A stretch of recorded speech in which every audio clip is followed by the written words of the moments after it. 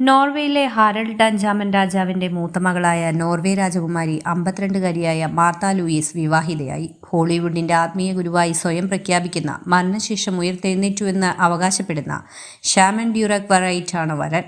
2022-ലായിരുന്നു ഇവരുടെ വിവാഹ നിശ്ചയം. ഏറെ വിവാദങ്ങൾക്കൊടുവിലാണ് ഇരുവരും വിവാഹിതരാകുന്നത്.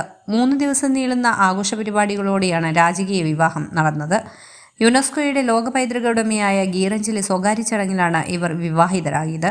മരണശേഷം ഉയർത്തെഴുന്നേറ്റുവന്നുവെന്ന് സ്വയം അവകാശപ്പെടുന്നയാളാണ് ഡ്യൂറക് വറൈറ്റ്. കുതിരയോട്ട മത്സരങ്ങളിൽ കിരീടം ചൂടി മികച്ചൊരു കരിയർ കെട്ടിപ്പടുത്തിയ വ്യക്തിയാണ് 52-കാരിയായ മാർത്ത രാജകുമാരി. പിന്നീട് ആത്മീയ വഴിയിലേക്ക് തിരിഞ്ഞു. 2020-ൽ വാനിറ്റി ഫെയറിന് നൽകിയ അഭിമുഖത്തിൽ താൻ 28-ാം വയസ്സിൽ മരിച്ചെന്നും പിന്നീട് പുനർജനിച്ചെന്നുമാണ് അവകാശപ്പെട്ടാണ് ഡ്യൂറക് രംഗത്തെത്തിയത്.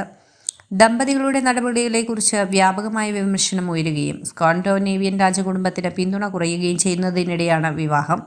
ഹരാൾഡ് രാജാവിൻ്റെയും സോഞ്ച രാജ്ഞിയുടെയും ഏക മകളാണ് മാർത്ത.